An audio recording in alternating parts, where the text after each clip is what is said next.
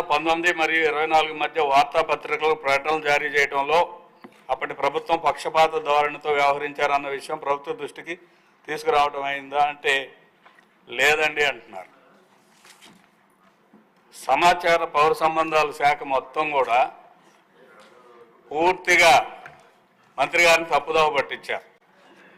ఎందుకంటే లేదండి అంటాం ఏంటండి, అసలు ఇది ఏ రకంగా ఏ ప్రాతిపదిక మీద ఇస్తారనేది మనం ఒకసారి స్టడీ చేయాలండి.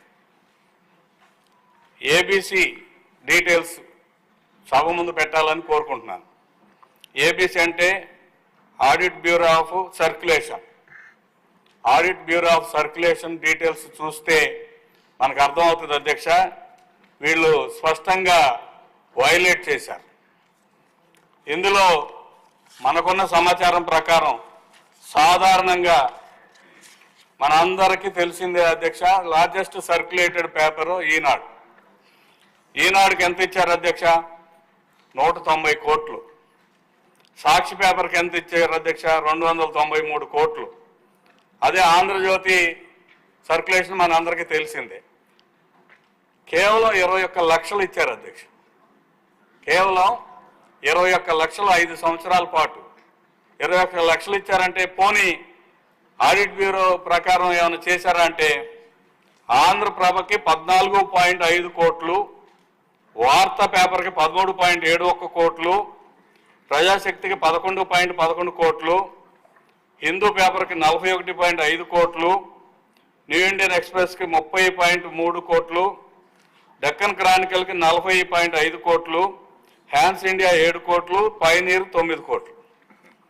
ఇందులో తెలంగాణలో సర్క్యులేషన్లో ఉన్న పేపర్లకు డబ్బులు ఇచ్చారు.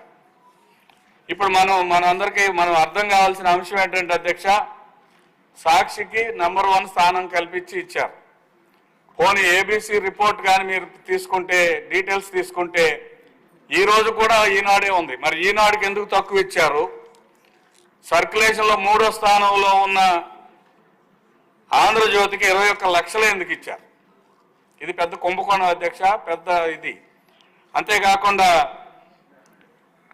సర్క్యులేషన్ పెంచుకోవడానికి స్ట్రాటజీస్ జగన్మోహన్ రెడ్డి గారు పెట్టిన స్ట్రాటజీస్ ఏంటి అంటే ఇప్పుడే మన మిత్రుడు సోదరుడు చెప్పారు.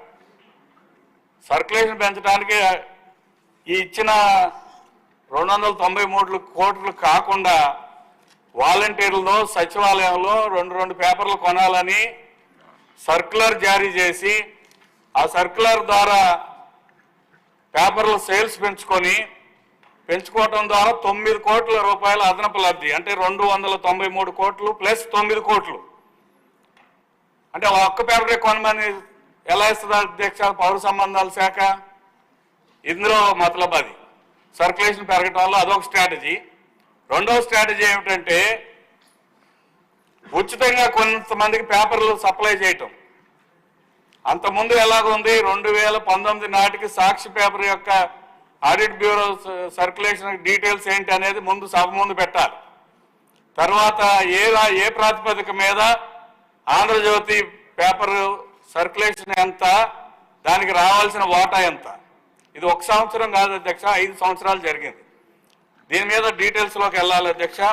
అంతేకాదు ఇది ఈ సాక్షి పేపరు, సాక్షి టీవీ లేకపోతే ఈ అడ్వర్టైజ్మెంట్స్ ఇచ్చింది ఎవరికి, ఎవరు దాని యాజమాన్యం అంటే జగన్మోహన్ రెడ్డి గారు,